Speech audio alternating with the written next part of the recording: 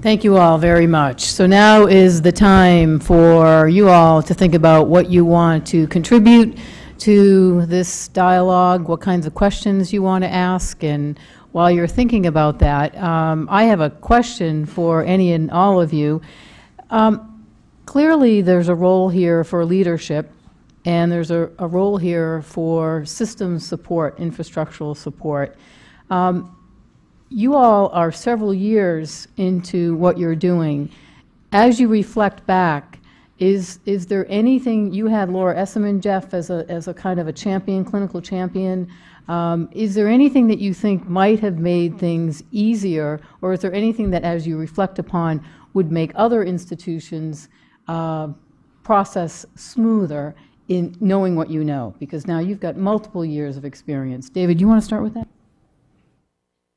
Sure. I think the key thing that comes to mind for me is that having a partnership with the Informed Medical Decisions Foundation was really critical from the outset, because having expertise in how you do shared decision making and being able to bring that to group health, an organization that actually valued all these things, patient education and higher quality of care. They really understood unwarranted variation, but they really didn't have a clue how to actually get shared decision making into practice, and drawing on the resources of the foundation and others like them, and me being able to play a role in helping translate that into the system was critical, I think.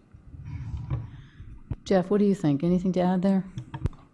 Well, I don't want to belabor it too much, but having a workforce, so we had the clinical champion, but then having coaches, and so if you can afford it on a staff basis, and I think as we're moving towards accountable care partnerships at our institution, I'm starting to see real investment, as opposed to, I think in the past, fee-for-service organizations have been a little bit reactive, like the clock starts ticking when the patient shows up for a visit.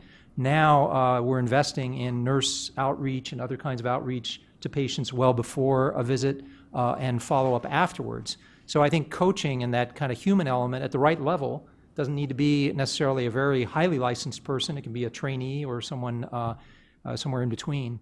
That would be the other key element I would point to. Grace, what would you do differently if you had to do it all over again? That's a good question, Lynn. So I think one of the things that we really underestimated was the amount of manpower and amount of time that this was going to take. We were very optimistic, as everybody is at the beginning of the project, saying this is going to be great. We have a good champion. We have, willing patients, and really what we found was that that the steps needed to change the culture, first of all, take a long time, but also take a lot of sustained effort from the top down and the bottom up. The patients need to push, but also the organizational leadership needs to be there to lead the change. Great, thank you. David? Hi, my name is Dave Clifford. I'm a consultant to Patients Like Me, as well as a number of other organizations. I tend to think about these things from a policy perspective, which is somewhat different. And looking for a solution in this framing, I think that one of the things discussed was the very positive impact of using people who had planned on becoming doctors, both on outcomes in the clinic as well as professional outcomes. Would there be any way for an organization such as the American Association of Medical Colleges to start thinking about using these sorts of experiences as a criteria or bonus points for getting into some of the higher level medical schools? To me, that seems like an implementable pathway, especially as we're reconsidering what the MCAT should look like in the future. Thanks. Hi. Hi, go ahead. My name's Nancy, and I'm from the state of Maine, too. And I would like to help you get into the only medical school we have in Maine. So we only have one, so we can get to 100% quickly. The second thing I wanted to ask David was, I have been doing some work to embed shared decision-making into a new kind of value-based insurance plan. And as I talked to consumers about shared decision-making, the module that seemed to resonate best with them was the one on colon cancer screening. And I was wondering why that wasn't one of the modules that you incorporate now. They seem to love to know there are choices. That has to do with a cultural timing issue where we had an opportunity to really engage our specialty care providers. And so the specialty care providers taking ownership over these elective surgical procedures, and our state legislation actually specifically called out elective surgery as being a high variation, high cost concern. And so we were focusing in specialty care for that reason. Now we're moving towards primary care, and there's many more opportunities there, and many of the treatment decisions that we're talking about will include those in the future. So moving towards primary care. Thanks. Thank you. Go ahead. Hello, I'm Ligea Ricciardi. I'm with the Office of the National Coordinator for Health IT, and I wanted to make a couple of comments that I think are relevant not only to this panel but to some other discussion earlier this morning. There's a lot of discussion about the important role that technology can play, could play, should play in enabling real patient engagement and shared decision making. There was a comment earlier this morning about we should have a right as patients and consumers to have access to our information. That right exists already under the HIPAA privacy rule, but many people are not aware of that. As we bring the health system increasingly from a paper-based one to an electronically based one, it becomes easier to access that right. And specifically through something we call Blue Button, we're enabling patients to access their records directly themselves in electronic format, which again is a given right. Under the program that we're rolling out right now called Meaningful Use, which is a large incentive program, we are requiring participating providers and healthcare hospitals to provide patients access to visit summaries. They know what's going on when they have an interaction with the healthcare system, as well as educational materials. And in the current stage, which is now currently rolling out, we're requiring patients to be able to view, download, and access their healthcare information electronically, which is a big deal. So by this fall and next January, any patient who sees a provider who participates in this program will have that ability. And I think that'll really free up a lot of opportunities for exchange of information. Ligea, could you comment a little bit on what the picture is going to be for assessing the patient's access and ability and success in doing so? I hear from a lot of folks that, oh, my pediatrician has introduced a patient portal. It's not meaningful for me and my needs. What is the office's plan as far as what are we going to learn? Question. So one thing that we have done is to build into this stage 2 requirement that patients be able to view, download, and transmit their information, actual thresholds to show that patients are actually doing so. So 5%, and I know that that isn't an incredibly high number, but 5% of patients must actually have taken advantage of these services, which we're thinking will really encourage providers to have a conversation, not just to turn on this functionality and say nothing about it, but to really start that conversation. I also want to mention that we have a pledge program called the Blue Button Pledge Program, through which we're working with providers, but also payer organizations to encourage people to provide digital access to health information to consumers and to start having these conversations so patients can really be partners in their care. And we're providing a lot of materials that providers and others can use. Thank you. So that's the second pledge program we've heard about today. We might need to think about unifying our pledges in some way. Matthew. I am Matt Winnie. I'm with the American Medical Association. I'm the Director of Physician and Patient Engagement for the Improving Health Outcomes team. And I just could not be more enthusiastic about the panel, both this afternoon, but to me, this really dovetailed nicely with where we were heading this morning. So the issue I want to try and raise is to bring together, I think, some of what David started to get at going into primary care, and some of what the program at both, well, to a certain extent, I guess, both PAMF and at UCSF are doing in terms of, let me put it this way. One of the challenges or limitations of decision aids as we currently know them is that they are all about making a discrete decision around a preference-sensitive point in time. And so it's a little bit like taking a class. And when you're done with the class, you move on, and hopefully it made a big difference in your life, but you're going to continue, in most instances, for my patients at least, to be managing the condition that you've got. It's not a one-time decision. I'm an infectious disease doctor. Most of my patients have AIDS. there isn't a great decision aid out there for me because I'm probably making, I'm going to say 50 decisions in an average patient encounter. And none of them are entirely discrete, or they're rarely entirely discrete. This is about managing a condition over a long period of time, and my patients don't need a single decision aid. It's not a class. They need coursework that lasts, for weeks, months. This should look, in my view, something more like the diabetes prevention program or, lifestyle coaching. And that's where I'm so happy to hear what you guys are doing in terms of, because I think breast cancer can be analogous to HIV infection. It can be a chronic condition that you manage for some period of time. Not always, but it can be. And I'm wondering whether there is more thinking around moving this sort of discrete point-in-time decision aid philosophy back a step towards managing conditions over a long period of time that are not so much, a single preference-sensitive point in time, but a series of decisions that you have to make at home all the time about whether to eat this or that, whether to exercise an hour later, whether to take my meds, whether to take a break, whether to trade off, the things that our patients talk to us about in terms of the actual life situations that make it hard for them to do what they, often know to be the right thing, sometimes don't know to be the right thing.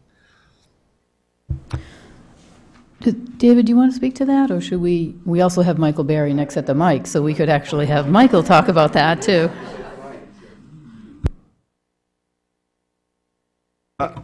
I think so.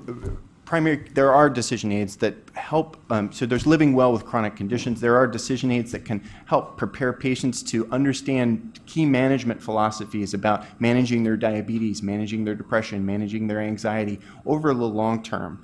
And also, I note in our knee osteoarthritis cohort, many patients get these decision aids more than once because they're coming back to see the orthopedic provider. The first time they said no, now they're thinking about it again. So I agree with you. There's many opportunities here. We probably can't have decision aids to support all of them per se, but more of a culture change around providers and and patients' expectations, the way they use information at the point of care. Just in that point, in my own practice where we can electronically prescribe decision aids, I just had a woman who I had prescribed a colorectal cancer screening decision aid a couple of years ago, and we talked through it, then come in with her hip bothering her progressively, said, gee, do you have something about that? That's the kind of culture change. Now, how much of that we can do outside the context of decisions they're facing, the general education Sherry talked about, or do we do it in the context of if you will, earlier decisions in life about screening that first medicine you take, maternity decisions, and then warm people up for the big problems later with heart disease and cancer, other things. So it is a long haul, and I think figuring out how to change the culture is what it's about. I'll just come back to a question around the aligning incentives, because at group health, although it doesn't make it easy, there are aligned financial incentives, and maybe we're moving in that direction with the ACO movement. There's a lot of fee-for-service medicine out there, and even how clinicians are paid under an ACO umbrella may be, some component of piecework there. Grace had mentioned that one of her successful interventions with a group visit was being able to bill a 99213, and as a primary care doctor, we think about that all the time. People worry about, gee, why should we have to pay clinicians to do the right thing? But since we're comfortable with sometimes paying clinicians to do the wrong thing, I'm okay with it.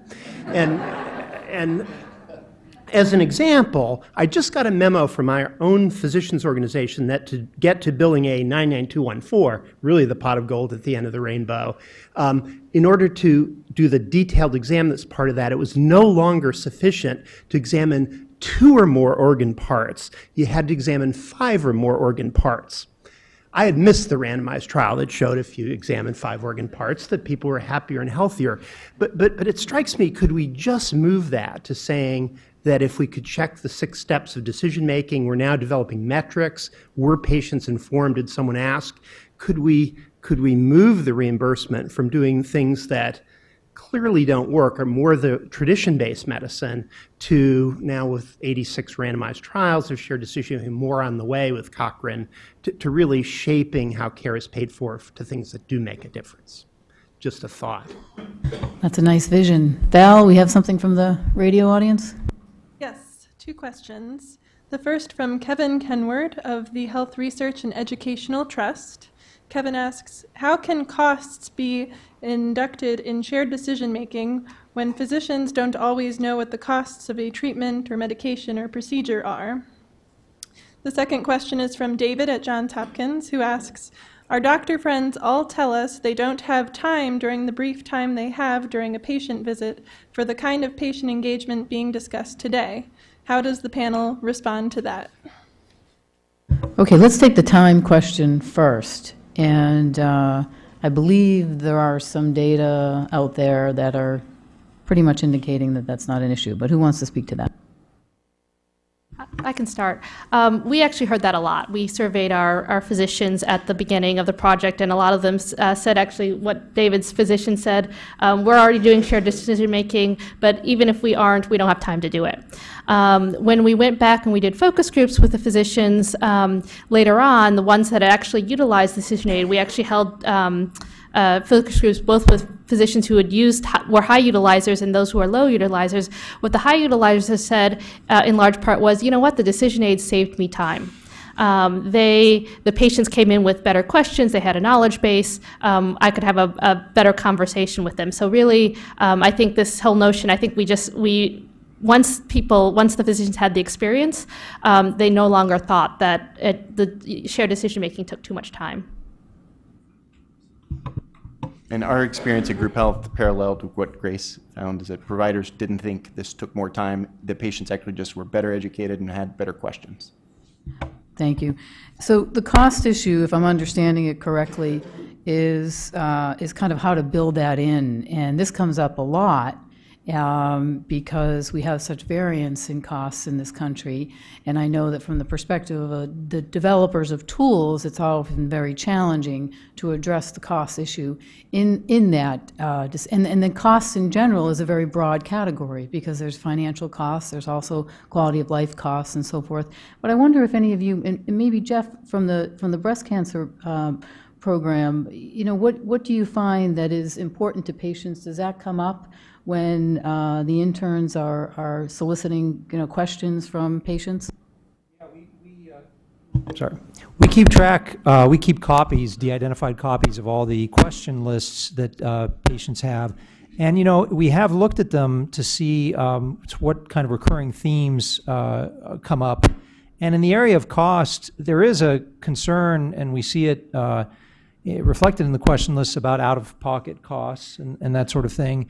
I think the question was about financial costs. Clearly, patients also have a lot of questions about the costs in terms of their time and attention and quality of life and other issues. So I have to say, though, that we're treating an insured population in this breast care center, and so perhaps it's just not quite as salient and not as reflected in our question lists as it will be when we are spreading this model, you know, much more broadly. And I think we need to point to the Choosing Wisely program and other kinds of initiatives to say this is a really big deal that we need to get our heads around. And I know we're going to spend some time tomorrow on this topic as well. Go ahead. Hi, Bob Rohr. I'm here today as a journalist. I'm writing for BMJ. I'm also drawing upon my experience as a patient activist on a couple of advisory committees at NIH, going back to HIV activism, things like that. And what I've heard today basically has been sort of a just-in-time education involvement, decision-making type thing, which is well and good as far as it goes. But I think there really needs to be a more fundamental look at educating the general American public to their obligations in many ways as citizens to participate in this. You can say that, you know, when most of our healthcare structures were created, healthcare was 3, 4, maybe 5% of our GDP. Today it's almost 18%. Nobody believes it's ever going to shrink. It's going to continue to grow. It's only a question of at what rate. And When they were created, interventions were primarily for acute conditions. Now it's predominantly chronic conditions. So the role of the person is changing, the role of the patient is changing, and we have to, I think, as citizens understand this and begin to educate our people at the primary level of their role as good citizens in taking care of their own health and participating in the healthcare process. There's one model that has been developed of STEM education, science, technology, engineering, and mathematics, which I think could be very much of a model to build upon, though that's aimed at primarily college-age people. But we could start there and move back downstream. I think it's very important to do more than simply train people to respond to the immediate decision. We have to make the framework and the education broader than that. Thank you very much. Go ahead. Good afternoon. I'm Crystal Brown Tatum. I'm the founder of Sisters Network Shreveport.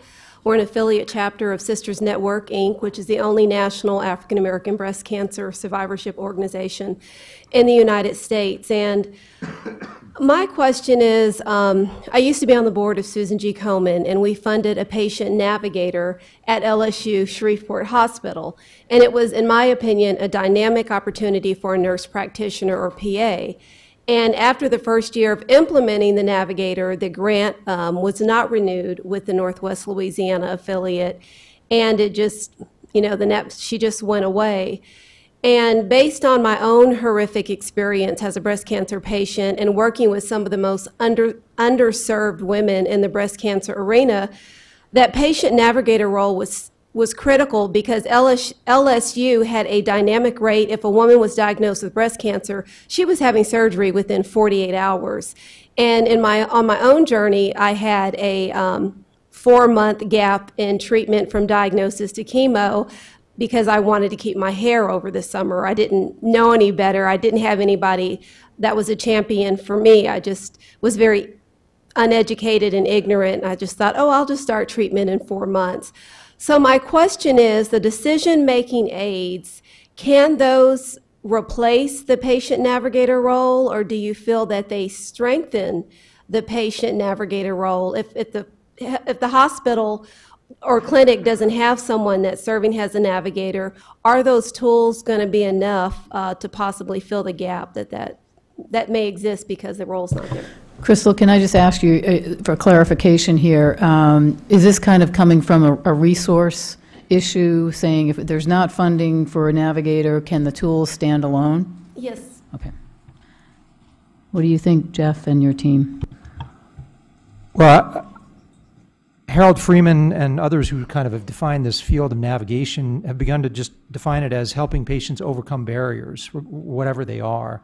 And so some of the barriers are logistical access to care, some of them are emotional support and other forms of support. And we've focused in this decision-making area on the kind of cognitive information processing and decision-making issues. So I would say that, is one or the other, I think they're complementary. A navigator, the sort of high-touch facilitation and coaching that my team provides is very complementary with the written materials. In the decision-making arena, this all boils down to critical reflection, to getting people to think and process, and so that doesn't just happen one way or the other. It happens through multiple kinds of modalities. I think you could prioritize, depending on your population and the needs. In some populations, it might make more sense to invest in patient navigators who are trying to get people access to the system. And if that's the biggest barrier, I guess I would just start with sort of the biggest barriers and focus, design the program around the local need. But I think there's room for really both. Thank you, Jeff. Go ahead. Hi. I'm just going to talk about when I finished up with my treatment, after I had my surgery, had my post-op recheck, I volunteered as a patient. I said to my doctor, is there anything I can help you with? Because I was just so relieved to be over with my treatment. And she looked at me like I had two heads. But I wondered if you've considered recruiting experienced patients to do some of this work.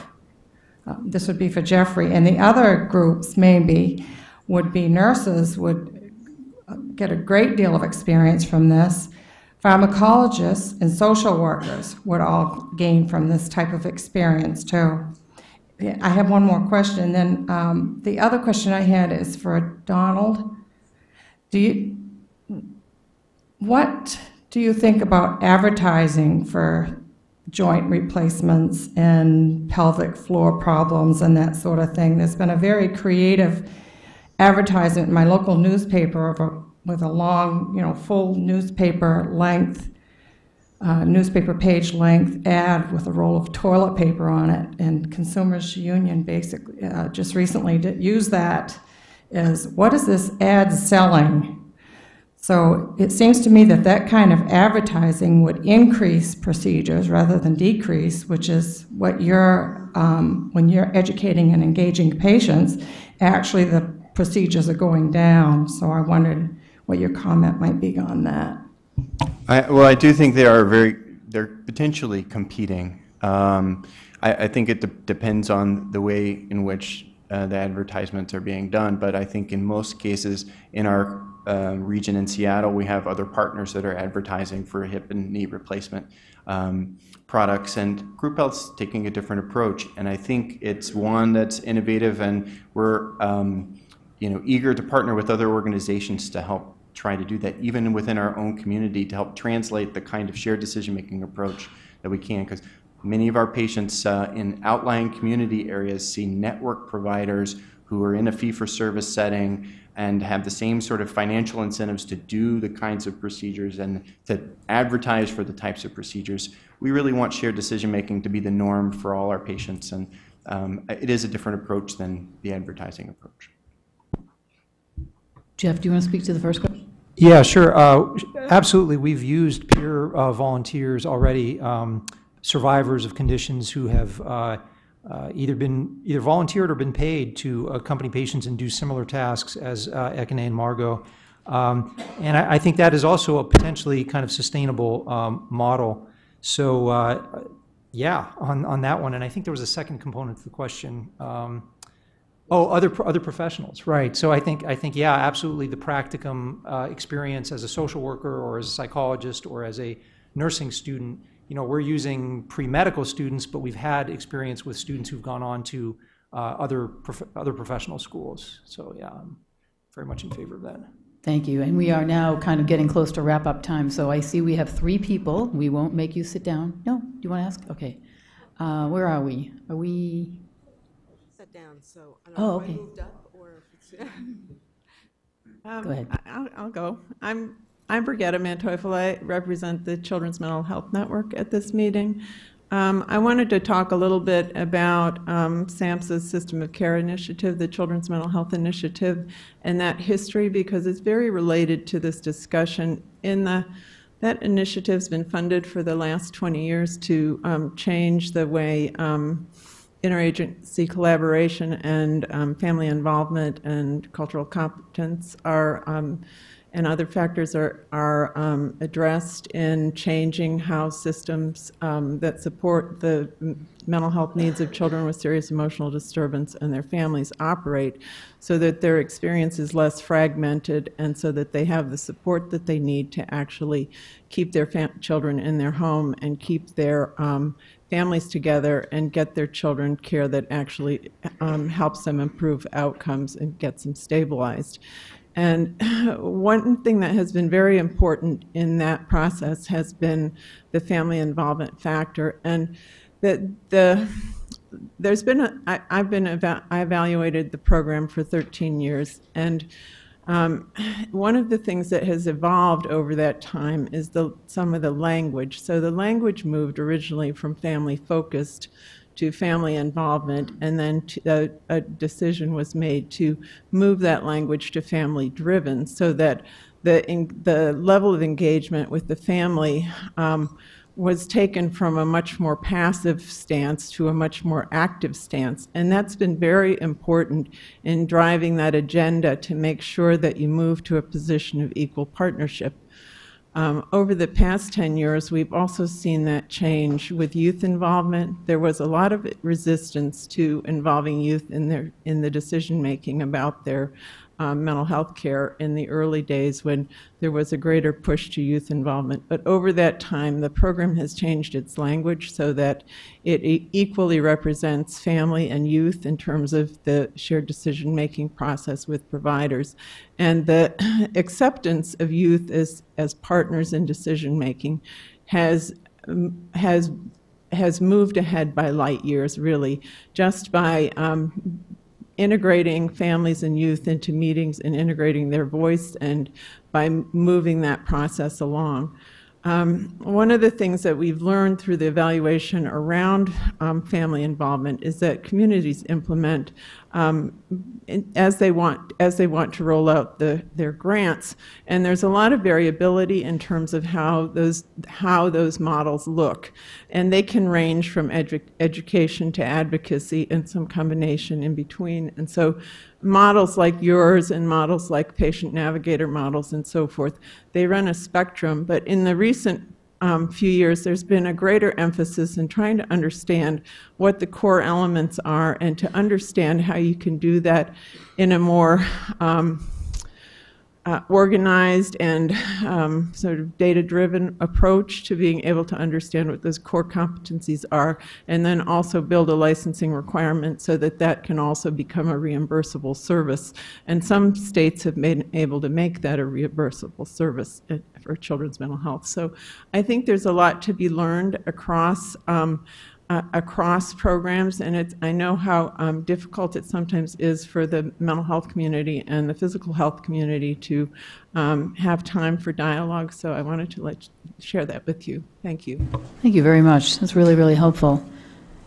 I just wanted to bring up again, this is Barbara Kornblau from the Society for Participatory Medicine, the importance of the patient. I think that I hear people talking about the patient as a coach, a navigator, fulfilling the role, but I hear it sort of as an afterthought.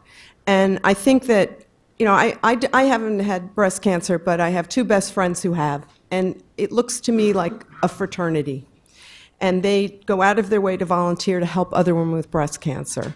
And I see that in other chronic conditions as well. And I think that we need to harness that power because those patients have been through it, they know more about it than many providers do. They know what to look for. I have a colleague who had a liver transplant, and part of her treatment is to look at lab results and tell the doctor when lab results go at certain levels. So I think that we need to harness the power of patients as equal partners in this, to be the coaches. I appreciate medical students, and I think you are all learning a lot, and students in physical therapy, occupational therapy, nursing, all of the allied health professions.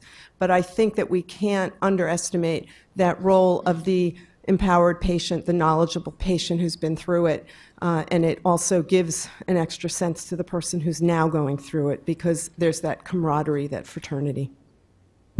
Thank you very much. Really important message. So I just want to say thank you for Grace, Jeff, and Ekana, Margot, and David for traveling all this way and for sharing your experience with us. And this has been a real pleasure and rewarding for me to be a moderator today for all of these sessions. And I've thoroughly enjoyed hearing all of the comments and suggestions and ideas from our audience here and online. So thank you very much for the opportunity. And I think Christine. Give them a hand, first of all.